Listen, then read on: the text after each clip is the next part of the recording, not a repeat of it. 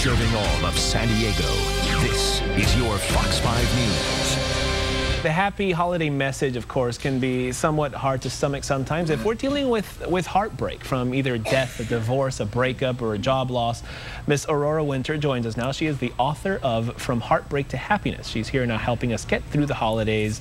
Good morning, first of all. Great to be here. I want to know how you became a grief coach, because I think a lot of people don't even know that it even exists. Like a thing, you know? Yeah, well, when my husband died suddenly at the age of 33, I didn't know that there was such a thing as a grief coach. So fast forward many years later, I became a grief coach, and now, excuse me, I'm the founder of the Grief Coach Academy. And grief, as you and I were talking a little minute ago, it's not only about death. Right. It's about divorce, it's about disease, it's about breakups, about job loss, about bankruptcy. So it applies to so many people. And I think we all need help getting through, especially at the holidays when we're dealing with grief or heartbreak. Yeah, and we were just talking about this. It's a time when everywhere you look, in the malls and the stores, on TV and the radio, everything is you know, happiness and all this other stuff. And if you're not feeling the same, how do you deal with it? So we have tips.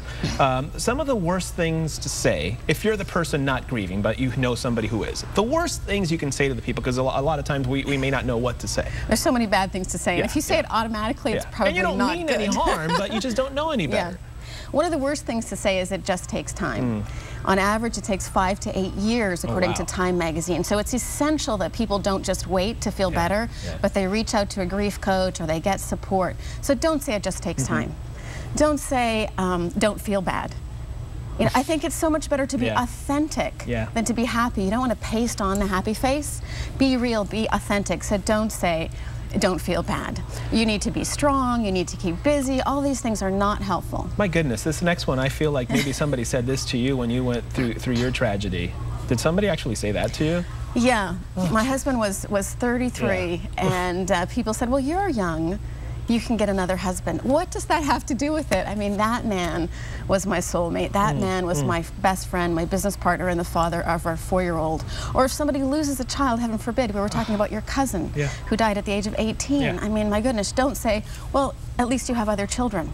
Or you're young, you can have other children. I mean, oh my gosh, that's just so devastating. And don't say I know how you feel, because odds are you probably don't, even though you've had a similar something. Exactly, and even if you've had a similar experience, you don't know how the person feels. And when you say, I know how you feel, it shuts them off. It's like, don't tell me, I get it already. And one of the biggest things that heartbroken people need is a safe place to be authentic and to vent and to share. Unexpressed feelings are a lot like food poisoning. You know, if you keep them inside, you keep the toxin inside, but if you What are some of the good things to say?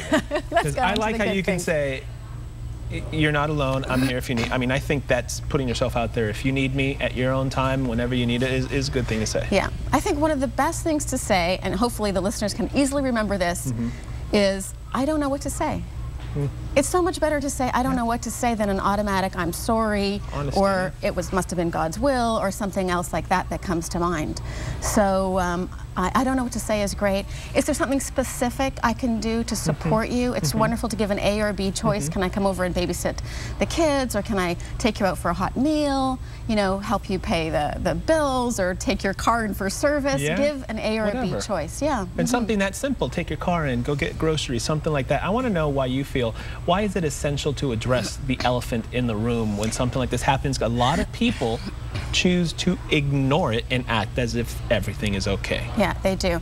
Well, it's a key step to acknowledge. My son was only 4 when his father died, and he literally would not enter his friend's home without first saying, my dad is dead. Oh my goodness. And his little friend would say, oh, and that was all my son needed. And then he would go and he'd play Lego or whatever. And we can all learn from the innocent directness of children. People actually sense relief when we acknowledge the situation. And then the second step is to listen. When you listen without fixing, you are giving an enormous gift. I love men. I adore men. You know, Raul, I'm sure you're like this. You like to solve problems. But grief, heartbreak, disease, death aren't problems that can be solved. And yet when you listen, without fixing, you are solving it by giving that enormous gift. Quickly, because they're wrapping us, but if you are the griever, can you give us a couple of really quick tips? Real quick tips. Help somebody else. You might be feeling really blue, but if you reach out and you help somebody put up their Christmas lights or decorate the tree or help them make dinner, that can be huge. Get outside, walk. move your body, look up. Singing Christmas carols can be huge. Helping somebody else is the easiest and fastest way, and focus on gratitude. Yeah. You're only sad because of something you're missing, so focus on the wonderful memories that you have, and that will help you feel cheerful. And for a lot of folks out there who may be going through some grief, just know that you're not alone.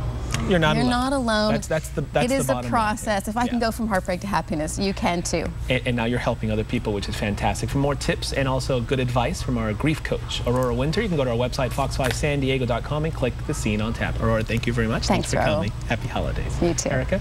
Thank you both for that. For a lot of folks, the holidays are a really, really difficult time, so thank you.